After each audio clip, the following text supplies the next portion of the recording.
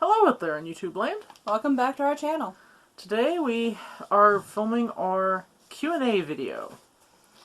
So a couple weeks ago we asked people to kind of come up with some questions for us, things they might want to know about us. And we kind of compiled them, and we'll just go through a few of them today. Yeah. So our first question was from Nat Ugenti, and it was, why did you guys start YouTube? And that's kind of a multi-tiered answer. It is, really. One, we thought we might enjoy it, but mainly it was for a lot of different reasons. And that is because, you know, as elder goths, we kind of represent our generations a little bit. And, you know, kind of a smaller subset of the gothic subculture right now, because quite a few people that once identified as goth, for various reasons, decided to not be goth anymore. And, which I think is a shame. You can still be goth without dressing up every day and all that stuff. You can be a goth at any age. You don't age out of it. And I think, unfortunately, some people thought that they did because they thought once they got a regular job or once they got married and had kids that they couldn't wear creepy things anymore or something. I never understood that logic. No. I mean, we don't dress like this every day, basically because we don't have the energy to do all the makeup every darn day. Yeah, there is that. Yeah. I think everyone, when they're younger, has a lot more energy to spend hours on makeup. When I'm getting ready for work in the mornings, it's eyebrows and maybe a little bit of mascara and eyeliner, and I'm out the door. Yeah. I have 4 dogs to get ready, myself, and a lot of other things going on, so... We value our sleep. Yeah, there is that. Yeah. I really value my sleep. Next question was from Count Mark Moradin, and he says, what are some underrated goth albums, and why do you like them? Well, you know, to a certain extent that gets into a little bit of what you consider goth. And, That's a broad area. It is. You know, you can get into the dark wave, new wave, all the stuff from the 1980s. You can get in... I'm not saying there aren't bands that don't do those things now, but it was more common in the 80s. And then now you have, you know, like metalcore and deathcore and black metal and all these different things that have some goth roots. So it's kind of a complicated question. So in general, I'm just going to mention an album that I personally consider goth. And that is by the band Kiss, and it's the album called The Elder. And The Elder, when it came out, was very unique. It tanked on the charts because nobody knew what the heck was going on. And it's kind of Kiss's answer to Tommy and The Who's rock opera type idea. So what The Elder is this fantasy story, kind of like on the same vein of like legend and whatever, and there's this boy who becomes a warrior and has to complete a quest and all this stuff. And the album itself has so many gothic elements. I mean, we're talking, you know, orchestration and, you know, these wide-scoped ideas and just kind of a beauty. I mean, it's kind of like if you would put, like, Legend and Neverending Story and a few other fantasy films and lumped them together and converted those into music. So it's a really unique album, and I really think it's underrated because people don't know about it in the goth subculture for the most part, and people don't talk about it. They really don't, and it is a very beautiful, beautiful album. We really recommend you actually listen to it. For me, I tend to reach into a lot of different areas. A lot of bands that aren't well known. Mortis is one of them. And I also reach into kind of Nightwish. Mm-hmm. And they are very well known. They're a Finnish band. Maybe not so much in the U.S. They're not Yeah, probably particularly not known. so much here. But they have those elements of kind of just metal, but they tell kind of fantasy stories. And don't they rely a lot on like Nordic mythology and things like that? Nordic mythology, they reach into kind of the Celtic phase of mythology. And they just have a variety of different things. And those are just examples. I mean, we constantly listen to different bands all the time. We stumble across things on YouTube. I remember one day that you sent me a video of that band that had this song about death, and the video for it was so heartbreaking. It is. And off the top of my head, I cannot remember the name of the song because it was actually in, I think, Swedish. Yeah. So we'll have to try and find it. So I'll find that. Because me pronouncing that's not going to work. I think we might make someone's ears bleed. It probably would. And then that's something that I also listen to are songs in many different languages. Yes, because there's so many musicians around the world that make so many amazing things. And, especially like the big Mongolian metal movement. Mm-hmm. That stuff is so cool. It's very cool. And one thing, too, that, not a lot of people think about anymore when they think goth is kind of the old violin music, that kind of dark, romantic music. And I've seen bands leaning back to that, where they use those elements again, and it's enchanting. It's very wonderful. It's good meditation music, actually. Absolutely. So we get into our next question, which is a little bit amusing. And it's from Afterlife666YT. Why are there so many idiots in the world? Well, that's kind of wish we could answer that. I mean, I guess you could say that there are a lot of closed-minded and uneducated people. And when I say uneducated, I mean, like, here in the U.S., we have access to free education all the way up to college. College is when you start to have to pay for your education. And unfortunately, there are a lot of people that don't take advantage of that free education. There's huge issues with grammar, there's huge issues with history, all these things that are literally, there's no limit to being able to get it. You can go to a public library and read many books as you want to, and there's a lot of people that just don't take advantage of it. And we don't define this as, literacy by any means.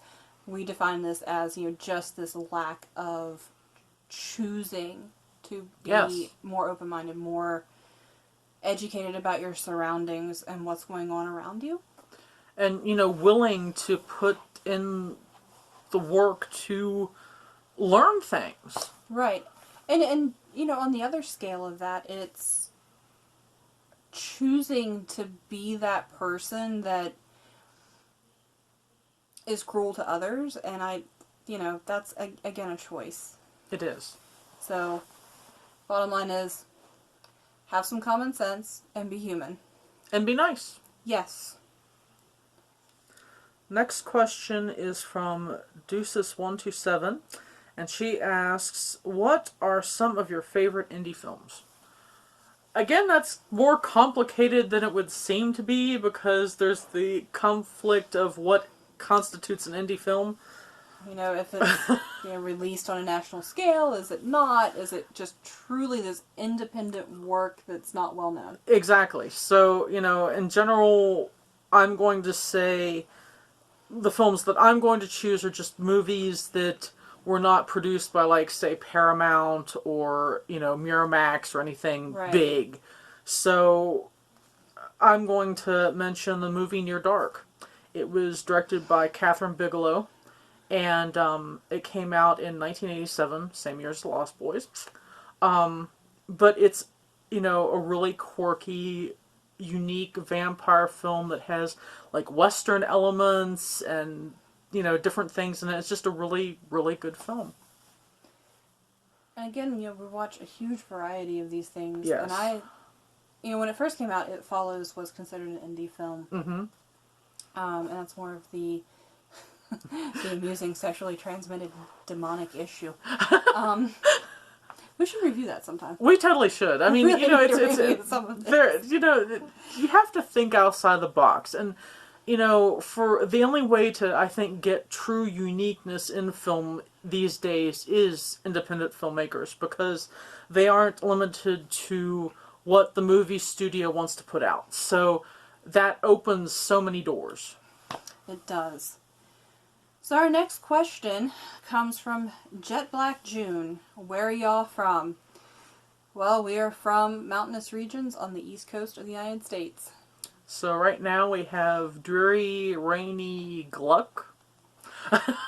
We had a little bit of snow. I got really happy because I love snow. I And then it kind of went like away. ice and frost. The Viking side of me comes out a little bit.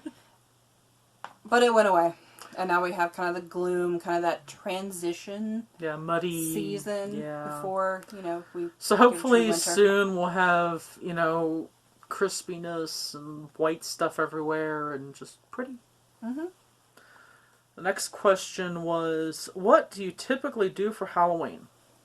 Well, if Trick or Treat happens to fall on Halloween, because that's iffy sometimes here in the U.S., we generally try to give out candy to trick-or-treaters. And, you know, in our house, it's definitely if you show up dressed up, you get a treat. There's no age range limit. There's, you know, we even have treats for dogs and cats. If the people happen to bring their dog or their cat dressed up, they get a treat too, gosh darn it. So my Halloween usually starts in the morning. I'll get up and I'll kind of light my candles and my decorations, and I have a special teapot. It's a little witch owl. So I usually make Halloween tea, and then I give my dogs and my cat their trick-or-treat presents. So that's a treat and a toy. And then, you know, just kind of enjoy the day. I might watch scary movies. I might go for a walk if it's nice. And then we do trick-or-treat of the evenings. That's cool. So our last question today from everybody is, have you kept in touch with people in grade school? It's been a while. Yes. More than a minute. I think I've kept in touch, you know, just kind of via Facebook, like, you know, just a basic, hi, how are you? You know, hope life is going well. But I like to hope that everybody's doing pretty good that I went to school with. And since I'm the older of the duo, it's kind of like Once Upon a Midnight Dreary. Many moons ago. So, you know,